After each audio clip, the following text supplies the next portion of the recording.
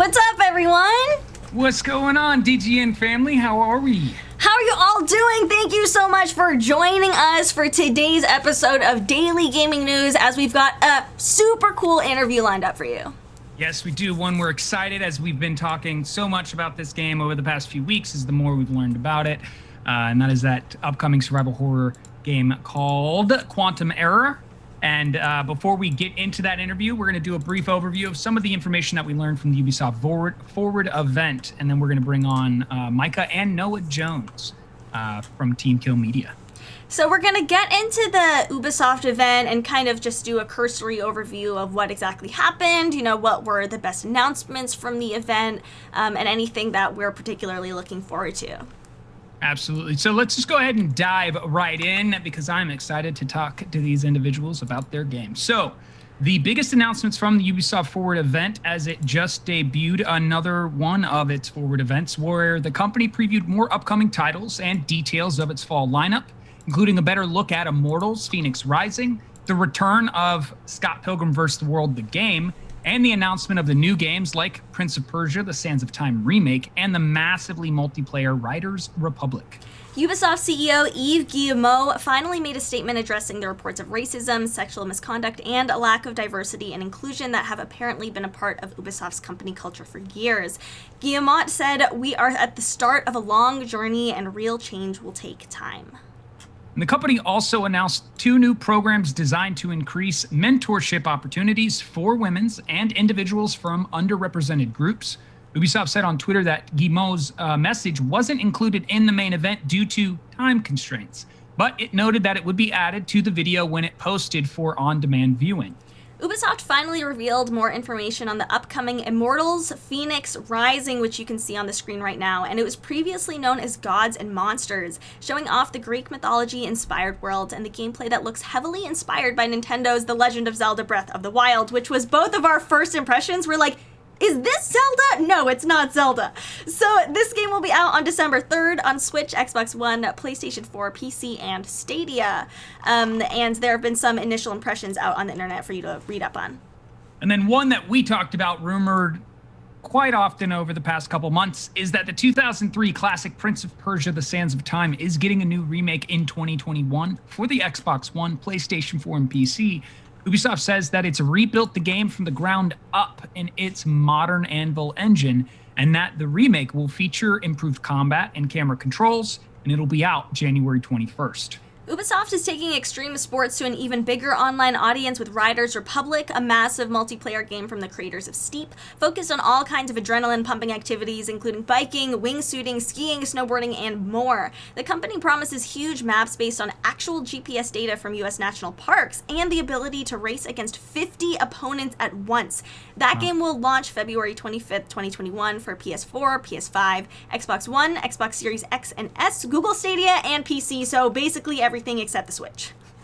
Yeah, so the adaptation of Brian Lee O'Malley's iconic comic book series Scott Pilgrim vs. the World, the game, is returning a decade after its release. And if you're like me, you wondered why it was just removed with no explanation from various digital storefronts. So now we know that it'll be out this holiday season for Switch, Xbox One, PlayStation 4, PC, and Stadia, and it'll include bonuses of Knives Chow and Wallace Wells character add-ons, and the return of the extremely good chiptune soundtrack from Anna Managuchi. The company also announced a new country-based Rainbow Six Siege World Cup competition and a new season of content based around Splinter Cell's Sam Fisher. We still have not heard of a new Splinter Cell game, however. Sad day, sad day. But we also know that the upcoming Watchdog Legions is getting a cameo appearance by popular London rapper Stormzy, who'll be featured in the game with a special Fall on My Enemies mission out on October 29th. Additionally, Aiden Pierce, the bland cap-wearing hero of the first Watch Dogs, is also set to return to the franchise as a playable character in an upcoming DLC expansion. Ubisoft is taking a page from Fortnite's book with a new limited-time turbo mode in its Hyperscape Battle Royale, which, similar to Epic's Solid Gold mode, puts players in a fast-paced game where all weapons are the maximum rarity, and that launches September 15th. And that sums up the main announcements from the Ubisoft Forward event. Yeah, it definitely seems like the Fortnite-like event is becoming the dialogue for everyone these days. I am excited to see the Prince of Persia game in action and to, be able to see what that remake is like. But so sad there's no announcement of Splinter Cell. That was just a sad moment for me. I was like, what? All this Sam Fisher and no actual Sam Fisher game. What's going on here? Right? And I don't know why I read the comments when I see these, these live events on YouTube. I think I want to, get the reaction of like what the community is saying, but most of it is like trolling, or people are saying why does this look like Zelda? Like, I already have Breath of the Wild, or Fortnite, or like skip. And they're just like overall terrible. I think these announcements were pretty exciting. I'm also glad that the Ubisoft CEO finally at least made a statement, about all the allegations, to make it clear that they're trying to do something about it, or at least saying that they're trying to do something about it to actually make change here, because there are a lot of eyes on this issue.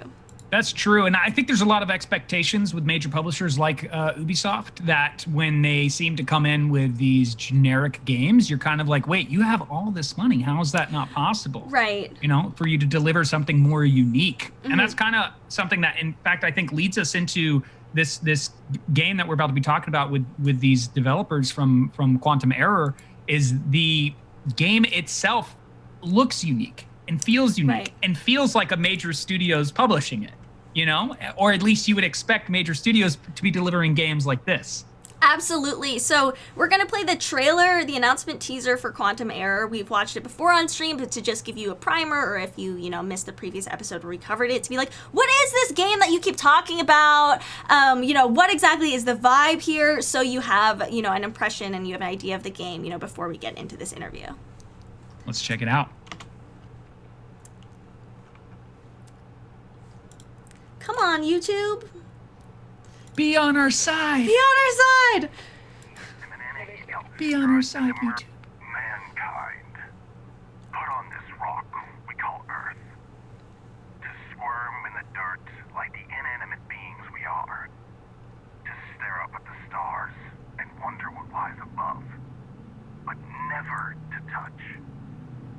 We build towers in a futile attempt to shake hands with our Creator, stricken down and divided each and every time. No matter.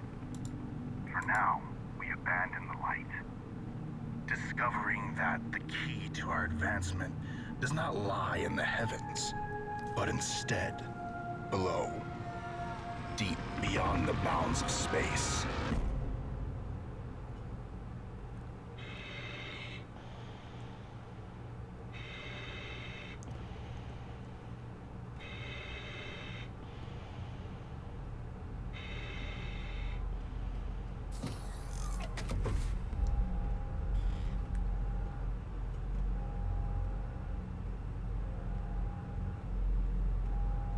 I just remembered that I think this is one of the first teasers we reacted to regarding next gen in general. Yes, it was. I think this was the first thing we saw. Yep. And we wondered, was this actually in-game? And then we saw the in-game play, right, and we were like, yeah, this is like, actually... This is in-game.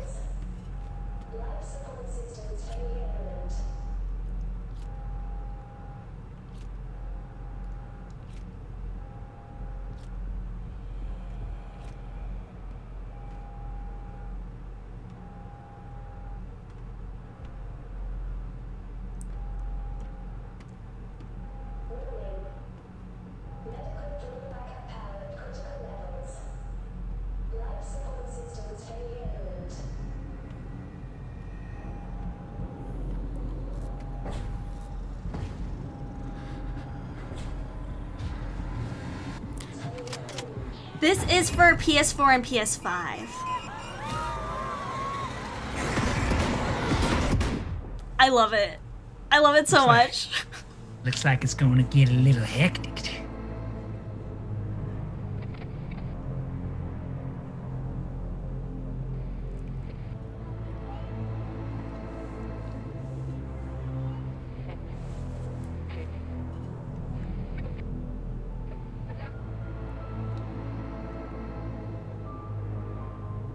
Great music, by the way.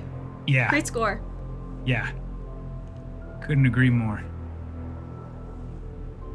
I'm so excited. One of the games that I'm looking forward to when I get a PlayStation 5. So without further ado, let us go ahead and have Micah and Noah Jones hop into the call with us and welcome them to Daily Gaming News to talk with us about their next-gen cosmic horror title known as Quantum Error.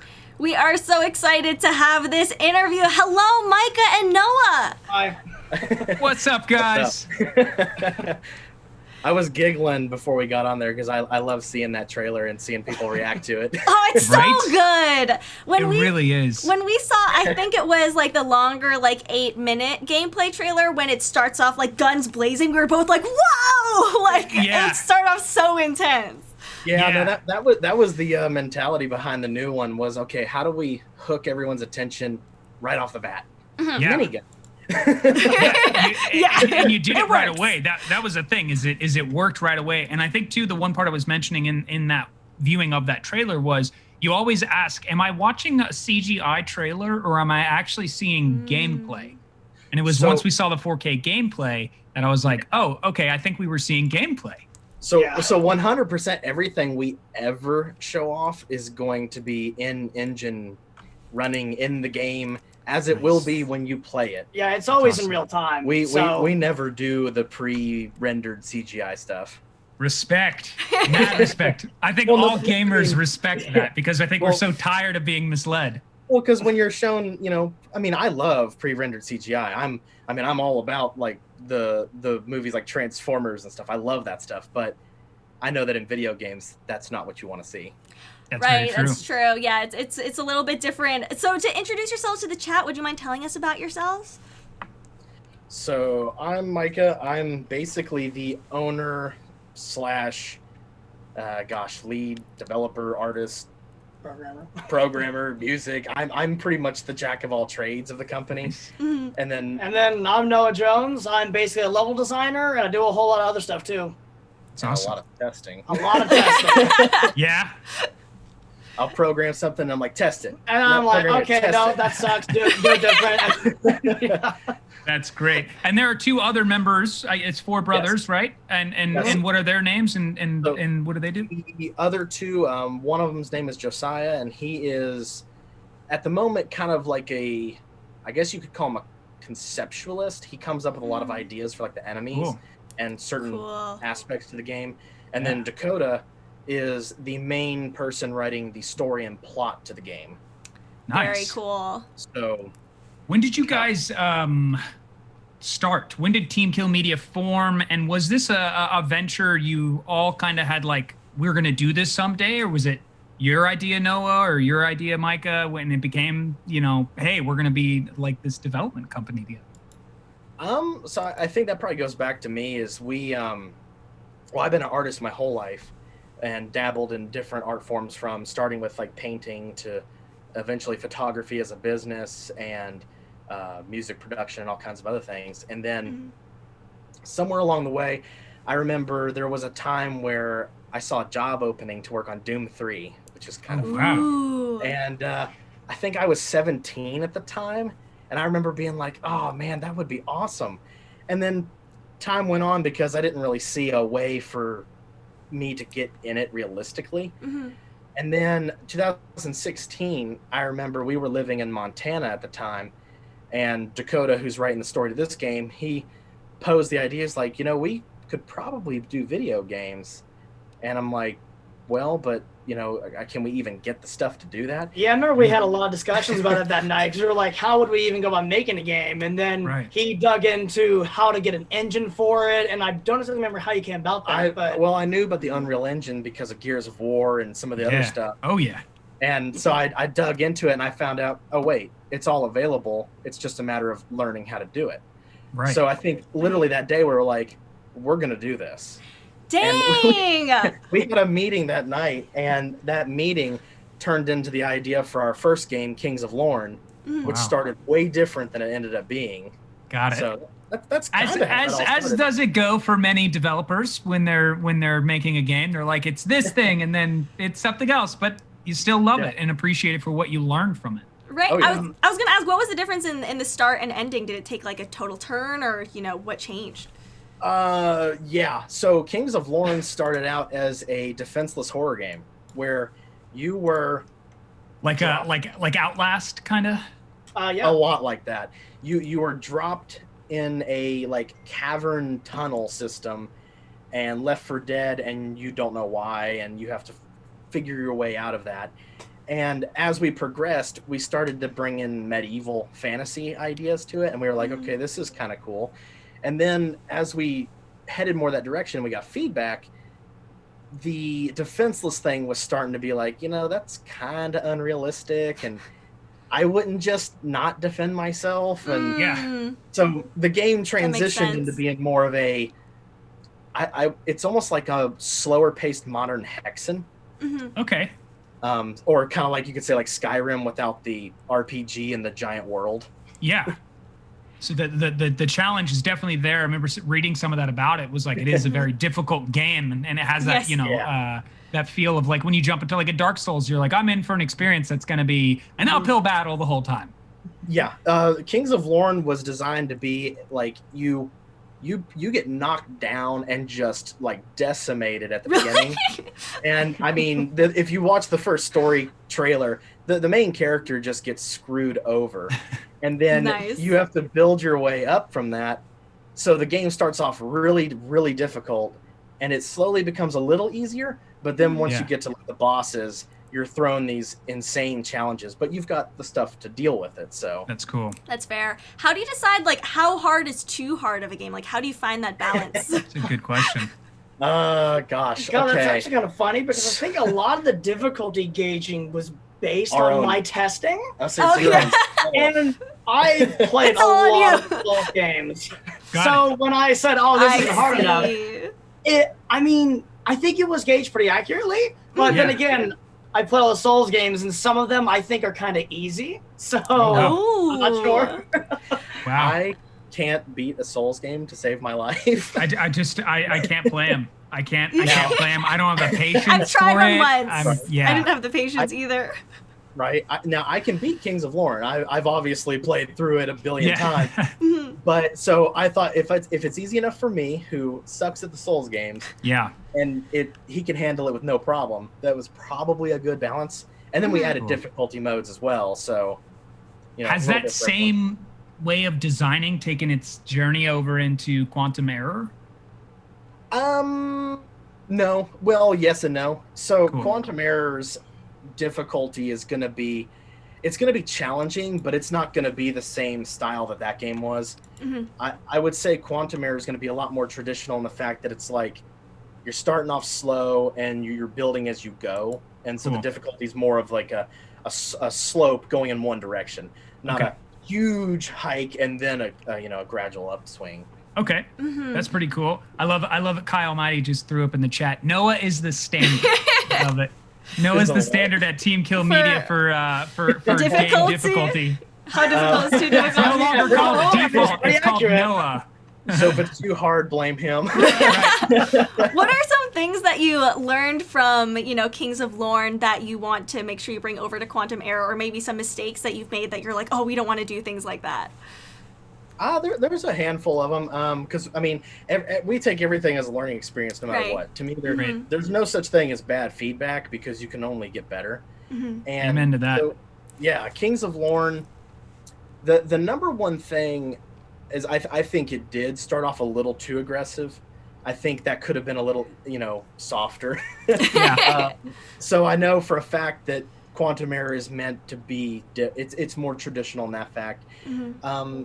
Some of the other things is actually I think one of the main things about Kings of Lorne is I think it could have been a better game if it would have been more like the Souls games, more third person. wow. Interesting. Interesting. Like, as much as I love the first person view, and I'm a first person shooter fan, Yeah. and it worked and it's good and I'm proud of the game, but I Yeah. think it could have been better if you actually could see the character. Of course. Yeah, I can understand that appeal as well. Just from that, just the visual aesthetics of the game and seeing it in action. The third person, I get that. Yeah. Another thing I think we didn't do well, and this was on purpose, so it wasn't that we didn't do it well or good or bad. is Kings of Lorne was meant to be like, all right, here you are, figure it out. Yeah. Right. Whereas Quantum Error is going to be more like, this is who you are, these are the skills, this is how you do it. Cool. Now go on and play the game. There's going to be tutorials. It's not going to be just thrown to the wolves. Yeah. How long have you guys been currently working on Quantum Error? Gosh, let's see. I think it was technically started very late last year. Yeah. Oh, wow. It started late last year. Wow. It's been so the development, the pre-production for it was going on while Kings of Lorne was being finished. Yeah. Mm-hmm. And then I think I started putting together that first trailer. It was like right after Kings of Lorne launched. Right as Kings of Lorne was launching. And because I had an idea and I knew what I wanted to make for months for that trailer. Yeah. And we'd already had the full idea in general. So while I was finishing Kings of Lorne and stuff, he was already starting the level block out for Quantum Error. Wow. So nice turnaround. Yeah. We didn't hesitate at all. We were like, okay, No. we know. You were like, we take no game. breaks. Yeah. Well, and we are incapable of being lazy. That's a good great. thing. Yeah, that's great. Yes. I wish I felt that. Same. We work 10 to 12 hours a day, 6 days a week on this stuff. So, Wow. and we never get burnt out. It's too much fun. That's cool. So, Because when I get in the mood and I'm doing it, I'm like, I don't want to stop yet. I want to keep going because I'm in the mood. You almost lose track It of time. flows. Yeah. Yeah. well, That's when awesome. you know also- you're in the right industry. Yeah. Well, and Yeah. we're just as excited making these games for people because I guess I don't know, we're making something we would enjoy to play. So. Right. That is important in any passion and outside of doing news, as an artist, and guys and I've talked about this, is if you're passionate about what it is that you're doing, you actually never work a day in your life because you're just living in that space. Yeah, so you that's love it. great. That's great to hear that. You get that feel from it too when I watch the gameplay, and that was something I want to talk about. I know you've mentioned on your website and talked about that the similarities are there to things like Dead Space, which is one of my favorite survival horror games, and that feel to Doom 3. What was it about those titles for you guys that you were like, we need to take kind of like what Bruce Lee did with martial arts, pick the best from all different types and put it under one? What was it like going back and looking at those titles and taking those pieces and throwing them into Quantum Error's development? So actually, the funny thing is, when we start an idea to make a game, we actually don't look at anything. We're completely so we come up with the story and the premise first. Yeah. And then this one, for example, we knew we wanted to do a first-person shooter because we love that style of game. And so we knew we wanted to do that. I had some weird ideas for stuff based on CERN, interdimensional, God particle stuff. Okay. And our dad's a firefighter, and when we started going to pick, well, he's not a firefighter anymore. He was a firefighter for most of his career. Now he's just a paramedic. But we Just a paramedic. Just saving Paramedics are lives. hardcore. Just saving lives. I guess we say it that way because he enjoyed his firefighter career probably more so than the paramedic. I see. Okay. I see. Because both careers, you're saving people. Right. But the firefighting stuff, I guess he enjoyed the excitement of the burning Yeah, building. for sure. and stuff. Yeah. But multiple ideas kind of came together, and then it just so happens that it ends up being similar to Dead Space and Doom 3. And I mean, we love those interesting. games to death. I love Doom 3 and Dead Space. But so. they actually were never thought about in the process. Wow. And I mean, now Were there games? I know you said you kind of went in there blank, but would you say I would actually say there's a different title that was more in my mind or anything like that than those? I mean, is there any games we've thought about at all? I think we thought about Dead Space and Doom 3 like that, but it was never a wasn't factor a in how plan. the game is being made. Yeah. So, I mean, Because it even has The Thing vibes as well, especially Oh, when some of yeah. the little creatures come rolling by and aliens. That kind of feel just seems to pop out. Yeah, actually, it comes across a Super Alien Isolation. Yeah. Which I Yeah. love that game as well. So it might be one of those subliminal things where stuff's Yeah. just leaking in, but it turns out to be just kind of related to all of it. Right. Yeah. You don't know that you're actually doing it. It's just occurring. I mean, for all actually, right now, as boring as it is, all I've been working on is UI, and UI I'm actually is important. oh gosh. Oh, yeah. And our new UI, because we haven't had a UI set up yet, Mhm. it is looking pretty neat, and I am definitely taking a teeny bit of inspiration from Death Stranding. The UI design of that game was really, really good. Mhm. That's So cool. it doesn't look anything like it, but some of it is pushing me in that direction.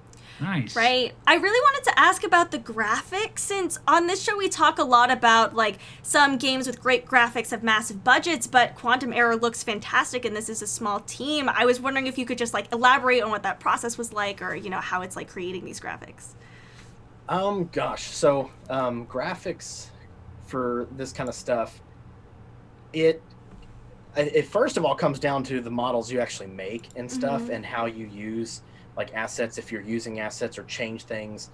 But and a lot of it also has to do with the way you render stuff. So like a really good example I could use is the new character we just revealed, Normandy Crawford. So the characters in like some of our trailers they look good, but there's something a little off about them. And so I've spent more and more time, trying to figure out what was the thing that made them look a little off. And so then finally I've kind of figured it out with her, and it came down to a lot of rendering stuff for like lighting and cameras. So like you can make your assets super awesome, and like even like our base enemy that's seen in the gameplay stuff, the puppet, like they're super ridiculously detailed. But if you don't light it correctly, if you don't render it correctly, you can make something that's great look terrible. Interesting. Yeah. So it's a really, really heavy balancing act of all sides in order to make things look right. Wow. And learning about this, since you said that you weren't really like in games before, how are you able to pick up all of those skills? Let's see. So as far as art goes, that comes easy to me, because that's what I've done my whole life. So I'm not very good with people. However, I've obviously gotten better at that now. You're doing a great job with these people. I'm better with monsters and like objects and stuff like that. Most of my paintings in the past were like landscapes or animals and stuff. But once I got into like the zebra stuff and sculpting and everything, like I'd never done that before. Everything I did was flat 2D, and Kings of Warren was the first thing I did on that, and it just, I don't know, my art skills transferred over. That makes a lot of sense. It's taken time. Like, I mean, the whole process of Kings of Lorne was kind of like our learning game. And so like I kind of learned how to transfer my skills over to the 3D world. And then like I'm the main programmer also. Now, as far as programming goes, my knowledge was only in like maybe web design at the most for my own businesses. So that was a learning experience. I did not know, I had an understanding, but I did not know how to do it. So I would say like the first year of development on Kings of Lorne was me learning how to program. Wow. Yeah. Because So you talk it's about just big learning you talk curve. about the monsters, and just because the clip was playing, the first thing that we noticed too in the sequence with the shotgunning that I guess the puppet monsters as they're coming at you was the level of detail when you shot the leg. And then just the meat of the leg disappeared, but the bone's still there, and he's still walking. He's still walking at you. What was that process like? Because that level of detail, I think, speaks volumes to what the next gen is going to be like, and what we should start looking at for our games to start almost kind of having this like industry standard feel. Yeah, I would agree. So that monster specifically, I think I redesigned him 3 or 4 times. Okay. Each time he looked a little different, and I kept figuring out different ways to do him. And when it came down to it, we want dismemberment in this game, obviously. And everybody wants that. We had a little bit of that in our last game, but not as much as I wanted. And so the process was take the character as he is and basically chop him up.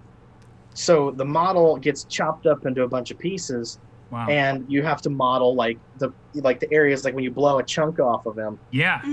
It gets rid of the chunk of the flesh part of the mesh, but the bone part is still connected because that's part of the underlying.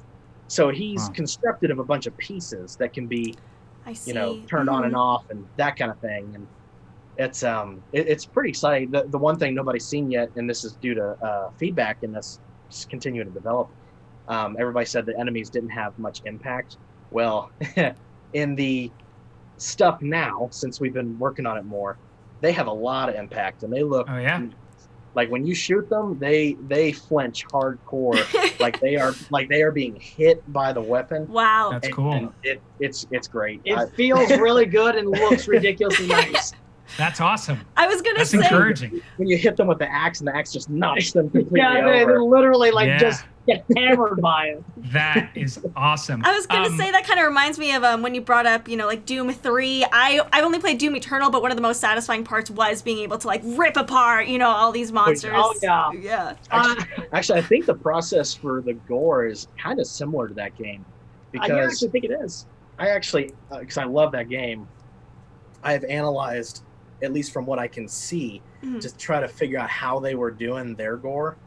And I think it's close to what I'm doing. I'm not sure. Top notch. Yeah. Yeah. No, it's very similar too. And Doom has like this standard for that, or has created this visual. I don't want to say like recognition pinnacle of horror, like gore. Like that's a great term for it. So when you're getting close to that, you're getting close to matching a level of ID software, which is iconic in gaming. Well, yeah, because at this point, I think, and I would expect to get that in any game that's like that now. Yeah. Like I'm gonna want to blow chunks off the enemies and stuff. So we're kind of shooting for the same thing. And just based on one of the questions in chat, this is on the Unreal Engine, right? That you guys are designing this on? Unreal Engine 4. Cool. Unreal Engine 4. So also when watching the gameplay, Marrone and I were really drawn in by this part in particular. I think we just that's not really a mechanic we see a lot in games. Are there a lot of, like firefighter skills that you see that you don't, have in a lot of other games? Oh yeah. So we only showed, what, 2 or 3? We only showed like 3 gadgets. And there's a whole lot more. There's a lot of firefighting mechanics in the game. So we showed off the Halligan bar prying open doors. In that clip, it was the Jaws of Life prying open an elevator door. Showed off the fire extinguisher, which is the most general one, which another detail, the fire extinguisher we didn't show off is you can actually throw them and shoot them. Ooh. And they'll either explode or they'll start shooting around the room. But we also have, there's a K-12 saw that is this huge construction saw that can be used to cut through walls or floors. Wow. There is going to be fire hoses, as funny as that sounds, but it'll be in weird moments where you can get it out from the wall, but like you have a limited distance you can take it, kind of thing. Okay, yeah. And can it be used as a weapon? So currently, yes, but that's not the way it's going to be.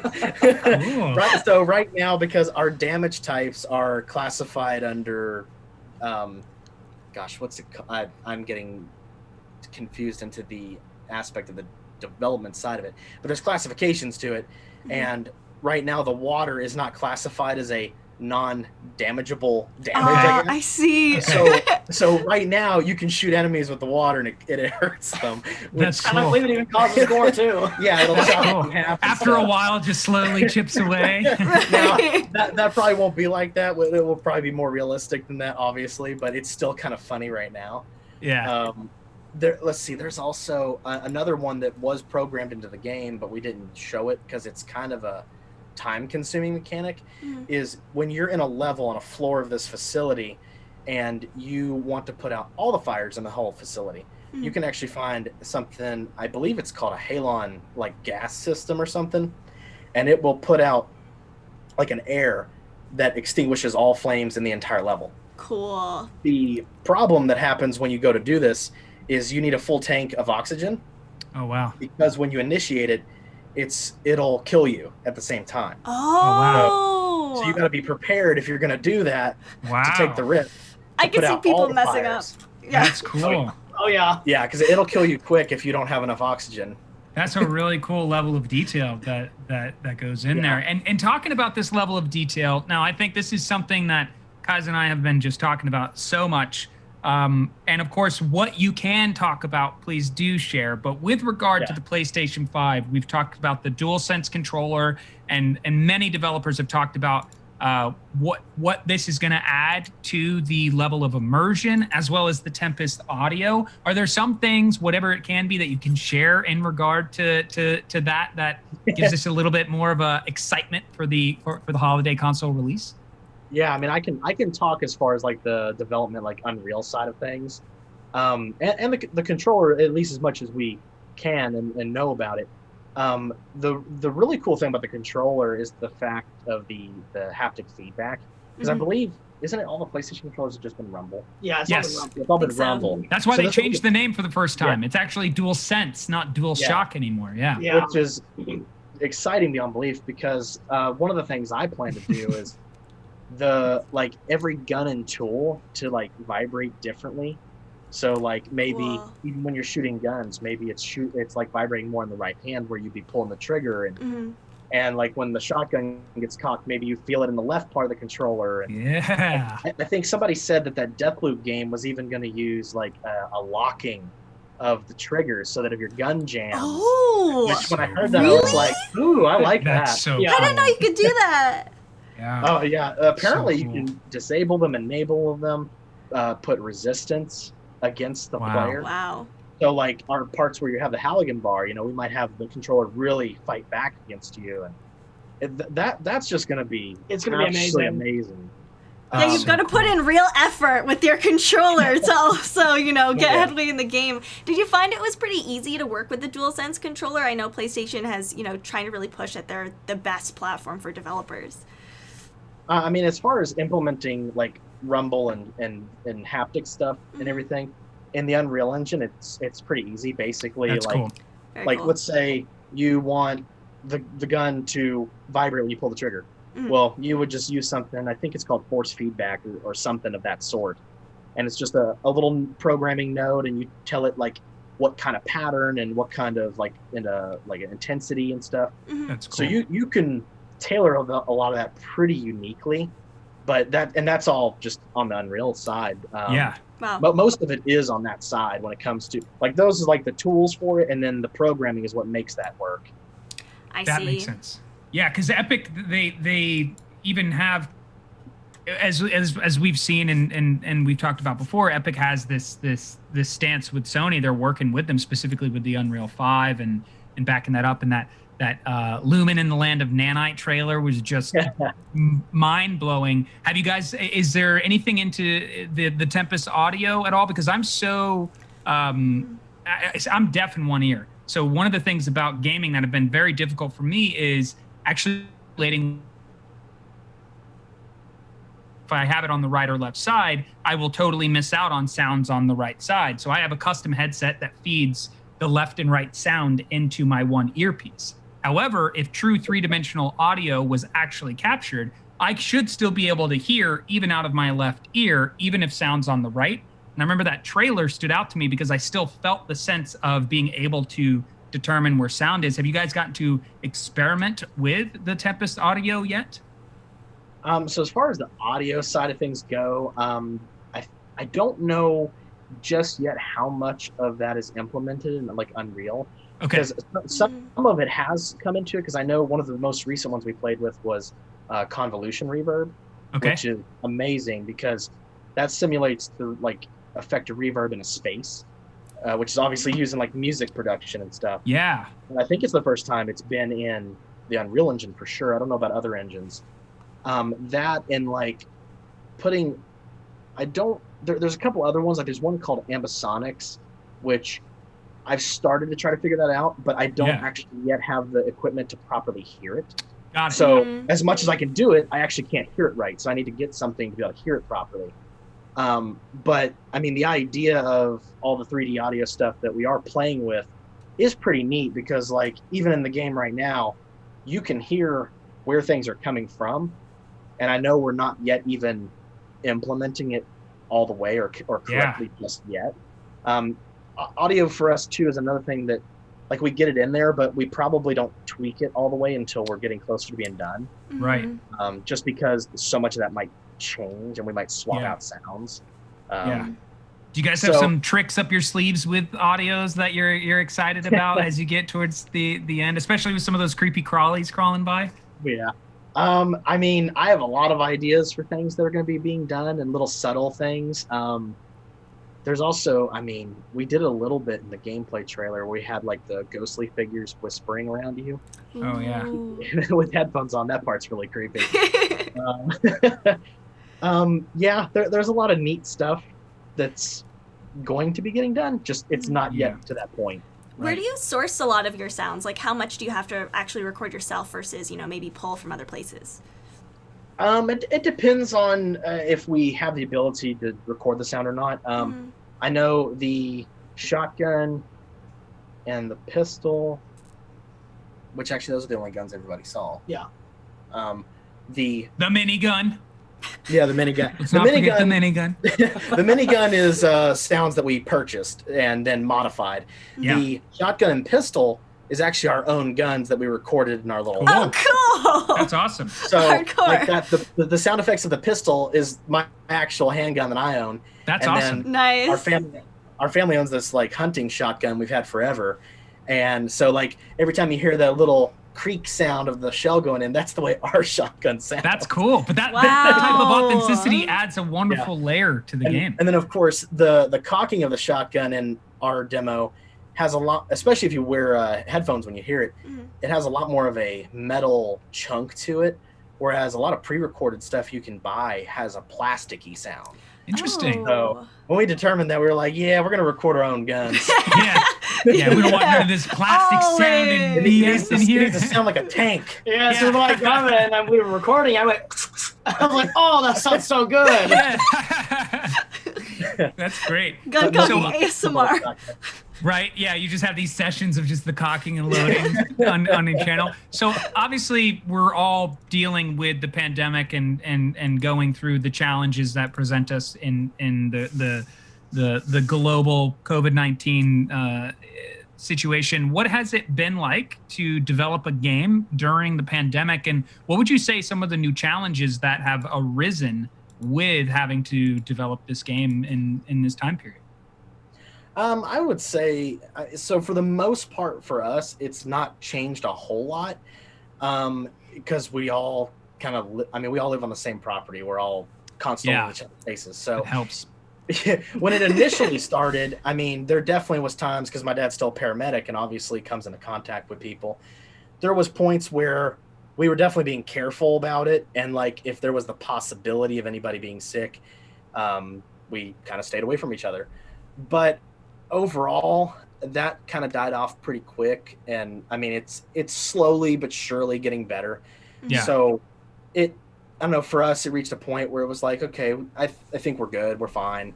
If at any point we ever had gotten it or any of that, it was probably something we didn't even know we were aware of. So, but it sucks. But for the most part, we've been unaffected here and what we're doing, but it has made maybe things more out in public a little more difficult. Right. Yeah. I was going to ask about, with Gamescom being all digital this year and the teaser was announced at Gamescom, how is that process like versus when there's, in-person conventions? So, we actually haven't yet been able to go to an in-person one, mainly due to money, because it's very expensive. To go to. And so I actually think some of the opportunities we've gotten this year turned out as a result of the way things have been. And just, obviously what we're making too, appealing to the right people and being seen by everybody. So I think, there's goods and bads to everything. And we've also, had these opportunities this year with this game.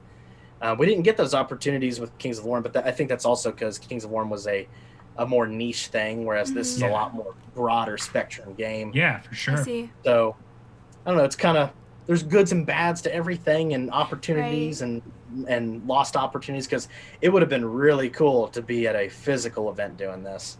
Like, I don't know if I would have been able to not cry. were you guys at all, and kind of actually speaking on that emotion, what was the emotion like when you started to get this press? Because you guys started to get some recognition on some pretty big platforms, and recognition within PlayStation itself. What was that moment like when you started to be like, hey guys, we're making something that's drawing up some interest here? Well, see, and the funny thing is, like, I remember when we had the trailer made, the first one you guys played, it sat on YouTube for a decent amount of time. I think it sat on YouTube for a good 10 hours before then it started to blow up. Well, I mean before we even released it. Oh yeah, that. Like I had it done, and I think it sat for weeks. Yeah. Because I wasn't sure when the right time to release it was. I feel it. And when I released it, I was like, okay, cool, and people are liking it and all that stuff. And I didn't expect anything more. And then I think it was one day I woke up and the views had gone to like 100,000 or something. Nice. And all of a sudden it's just shooting through the roof, and I'm like, wait, what just happened? What's happening? And then just like the This more is that it. This is it. like, whoa. And I know it's a cool idea. I mean, we're excited about it. Everybody's excited about it, but I guess to actually see that happen, it doesn't hit you in the face until you actually see. You're like, whoa. And that hit us in the face like a brick wall. Yeah. What has it been like responding to that? Oh, it's been amazing. God, it's so much That's fun. Cool. The people who are or everybody that's so excited about it, good, bad, excited, good feedback, anything. I mean, it's awesome. And I tried my best to reply to absolutely everybody. That's cool. Hard. Yeah, I was actually I wanted to mention that your response to us and coming onto DGN and just being who you are in the conversation, trading back and forth, and the vibe that I get from both of you is like, we want more people in the industry to be like this, because I think it's necessary to have this type of this respect, but also understanding of like, I don't need to put up this invisible wall that I create in order to maintain some sort of like, I'm different than you type of existence, Yeah. No, definitely not. No, we are normal. We are average everyday dudes who are making a game. So. That's so cool. Nerds that Team Kill Media, now known as Average Everyday Dudes Making Games. maybe that could have been the studio name. It's our new slogan. I wanted to ask. That's go why ahead. our tagline is "Games for Gamers," because That's cool. That's the whole point of this. Like, we're not better than anyone. Nobody's better than us. I mean, everybody's equal, and what we're making is just for the sake of fun. So that's so cool. What's the story behind the name Team Kill Media? Oh, that was funny. Well, let's see. I think did it start the day that we actually decided to make games? Yeah, the day we started to pursue this, we were trying to figure out a name, and there was a lot of funny names, including stuff like Rage Quit and. I said that, hey, maybe we could be Your Mom Studios. Yeah, Your Mom or something. There was a lot That's of a funny great name. jokes. And I think it actually was our mom who posed the idea that we should call it Team Kill, because there's this constant joke that everybody in our family is always team killing each other. Oh. And I think that also stems from the Halo days. It also stems from playing like That's so Siege, funny. when you're just playing a match and someone team kills you. Yeah. You've experienced it a lot. So. Yes, been there plenty. Yeah. It literally came from just the joke of us team killing each other in our family. Like, if somebody went and like watched a movie without the other, be like, "You team killer," and all that Oh, nice. That's awesome. Yeah. That's such a cool backstory to we're that. A bunch of team killers. How dare you? It was something, as we were like just doing some more digging on the game, there were false rumors about Quantum Error not running on 4K, and people extrapolating the game might release on Xbox 2. When you have some kind of information like this come out and people like take to it and then they run off with it, what does it feel like for you guys, like, on the perspective of like rumors seem to just run rampant in gaming sometimes? So I don't take rumor stuff very serious at all, just because I know it's false. Right. So most of the time I'll just ignore that kind of stuff, because I mean, I know who we talk to and I know what we have said, and so I know whether something, I just know. Right. So like, I know the one that's in reference is the one where the guy said something about it struggling to run at 30 frames a second. And I remember seeing it and I was like, well, that's not true. And I thought back to my last development stuff I was, playing around with, and it was running at anywhere between, I think, 60 something to like 75 or 80 frames a second at 4K. Wow. And I'm like, huh. So I just responded back and I was just like, well, that's not true, and I don't know where this comes from, and I had no idea. And then all of a sudden, that blew up, and I find out that this guy actually has lied about other things. Ooh. And I'm just like, ooh, I just accidentally dove into something I was unaware of. Yeah, but you were just being honest, no which was nice, because I think a lot of developers will like ignore it and not say anything. And sometimes if you're like, no, that's just not true, like you should just be, I'm going to address that it's untrue. Yeah, and I have no problem just flat out saying things, because I mean, if it's the truth, we've got nothing to lose or gain from that. I mean, if the game was going to run at less or more, I mean, who cares? It's still going to be a fun game. Right. Right. I noticed that you definitely got a lot of street cred from that tweet, because people were like, oh, the devs, like, shut it down. Like, they're getting in here. It was like a social parade. I was like, what did I just jump into? What is happening? Yeah. I had no idea I was getting into that. I just thought, okay, I'm just answering somebody's, rumor. Right. Yeah, the internet is a vast and mysterious land. It is. It's wild. Have you guys thought about, and this just came to mind, have you guys thought about, or have you already done like an AMA on Reddit to see if maybe there's some more traction to get there? Because I love this format, bringing you on and talking, and I've seen that you guys have done other interviews as well too, which I think is great. It's going to just continue to draw more interest towards your game. But have you thought about going to a platform like that and doing one of these? I thought about it, because I've heard of other people doing the same thing. I think probably later down the road, maybe, because it'd be cooler to do one of those when we have a lot more public information out, maybe about the plot of the game and stuff like that, just so people can ask, speculative questions about things. Yeah. Right. Once you do it, let us know, because we'll promote it. We'll be right there to promote it. I've got to ask about your GoFundMe and adding an NPC to the game, because so many people, when I said that, they were like, wait, I can be an NPC? Is it based on the person, or is it just like maybe their name is their name, or how does that work? And how difficult is it to create an NPC? So we put that up because a lot of people have told us that we should. And I was always like, I don't know, because I don't want to, beg for money or anything like that. Because whether we get money or not, the game's getting done. Period. Like, the game will get done. And because a lot of people usually think, oh, okay, they're not even going to finish it. Well, that's not the case. Right. And so we put it up, and we're like, well, we'll ask for the money for the mocap stuff, because we don't have that, and money to hire voice actors, because we need to get some good voice actors for this. But you got two right here. Hey, if you sound good, it's cool with me. All right. But the whole NPC thing, like, we knew we wanted to put something in there for, like, obviously, if you donate a certain amount of money to get the game, that's cool. And then, like, what bonus could we do? And so the idea, we're going to make a ton of NPCs for this game. Oh, wow. And so you don't get that vibe from the trailer. No, the trailers are very isolated. Yeah. Now, I don't know that you're ever going to see a ton of NPCs at once. However, in the beginning of the game, you may. Because in the beginning of the game, there will be more people, and they will become a little more scarce as you play through. Cool.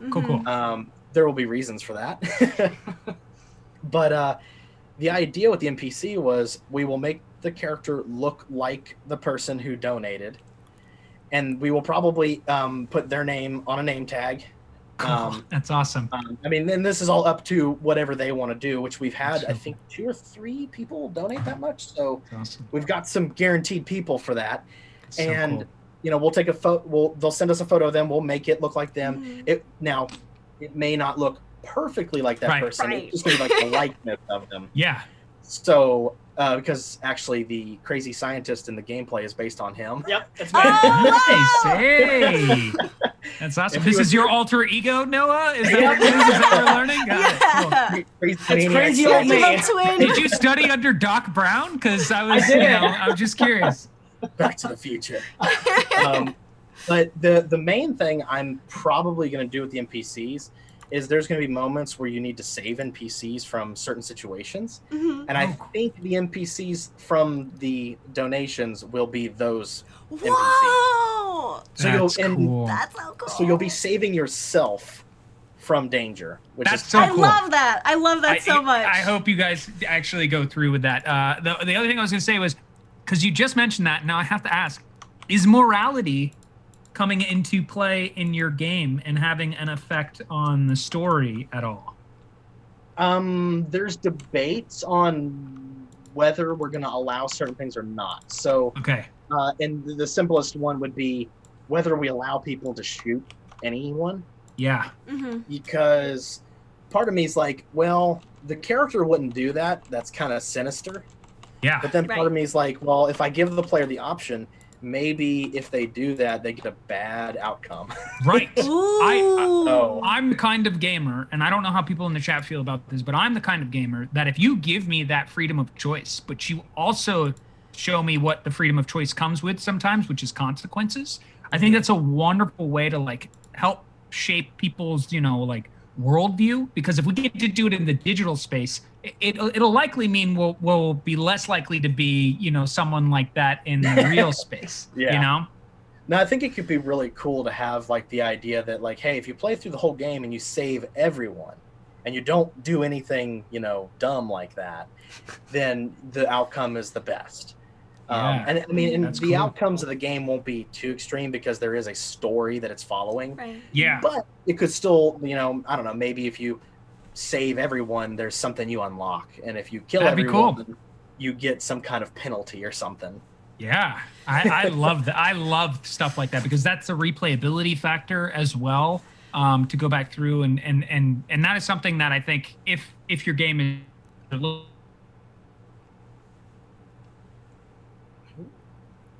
Oh, did the audio cut out for you too? Is it just me? Yeah. Oh, yeah. It cut out for a minute there. I was just gonna say I just finished BioShock and now everyone's frozen for me. Oh no, Zoom. Are we Oh, wait. good? Is everything good? Is everything good? I can hear I'm you guys good. now. Okay. You're Okay. starting to move them again. Okay. Oh, For a second there, you were like muted and talking, but we couldn't hear you. Oh, nice. oh no. Like some sort of quantum error was happening. Or like a really bad like overdubbed film. Yeah. It has been such a pleasure having you on the show. Where can we find you online and where can our viewers check you out? So the website is quantum-error.com. All the social media, well, actually, Twitter is quantum_error.com or just _error. And then everything else is just quantum error as far as Facebook and Instagram stuff goes. Although we post most stuff on Twitter because the other platforms aren't as good. That is true. I'll agree with that. I can- Twitter's the I can best. understand that. When should we be in expectation of more gameplay, more details, and some of the stuff that you were hinting at, here today? I don't yet know when we'll show off more gameplay yet, because I know right now I'm working on just the boring UI stuff. So boring.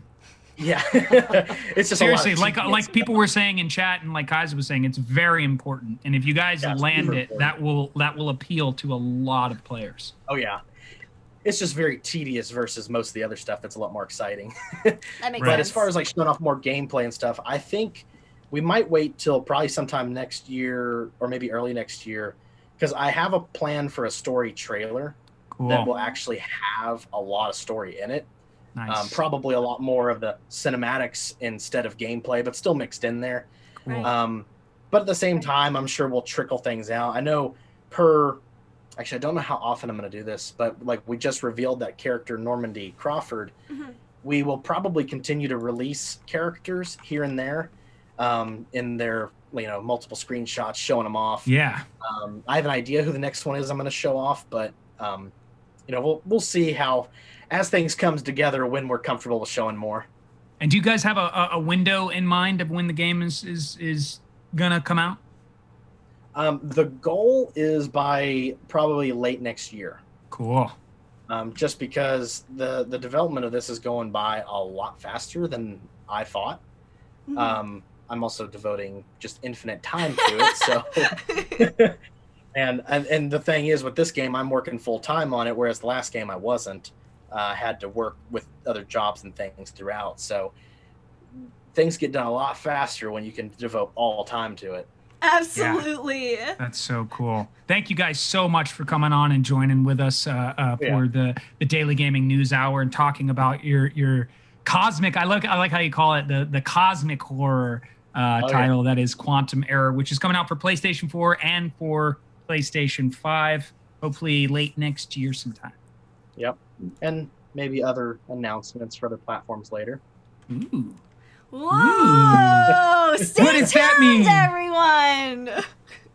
Shh. Nothing revealed Promise just your yet. secret safe with all of us. Just a hint. Thank you so much. This has been such a pleasure. Welcome. Thank you, everyone in the chat as well, for joining us on Daily Gaming News. We'll be definitely posting, this interview up to YouTube, so you can all check it out if you've missed any parts on here. Let me do this real quick because I saw my wife ask a question and I wanted to ask this because she's a huge horror fan and she's actually a horror film actress. What are, if you can, name your favorite horror films? Favorite horror film? Mine would probably be The Thing. That Nice. movie is so good. Love it. I love it. So, as funny as it is, I'm actually not a big horror nut, despite that being what we're making. Yeah, really weird. Yeah. I love that. There's a lot of things I like that are dark and maybe tend to be creepy. But as far as horror films, I think the last one I saw that I thought was legitimately creepy was Sinister. Yes. Oh, I didn't Like, see That's that. so film was cool. disturbing. That film is creepy. Great. Yeah, Great that choices. one just that part where the guy looks at him when he's not moving and then he does move. I was just like, ooh, I'm done. That's awesome. You got to find a way to put it in. You got to find a way to make that work in the game somehow. Oh, there's some really creepy stuff coming in this game. Yes. The kind of creepy that makes you probably not want to go to bed. Love it. I love it. You know, and that's what we're going to end on. Quantum Error, the kind of creepy that's not going to make you want to go to bed. Cannot wait to get hands on this some point next year. Thank you guys again so much for joining us. You're Man. welcome. Great. Good stuff. We will see you all in the chat next Monday for our next episode of Daily Gaming News. But for today, I am Kaisa. I am Marrone, and this was Micah and Noah Jones from Team K. I was going to let you guys take it if you want. The last time we did that, the person didn't pick up on the cue either. We've got to say something better next time. That's our fault. All right, everybody. See ya. We'll see you guys next time.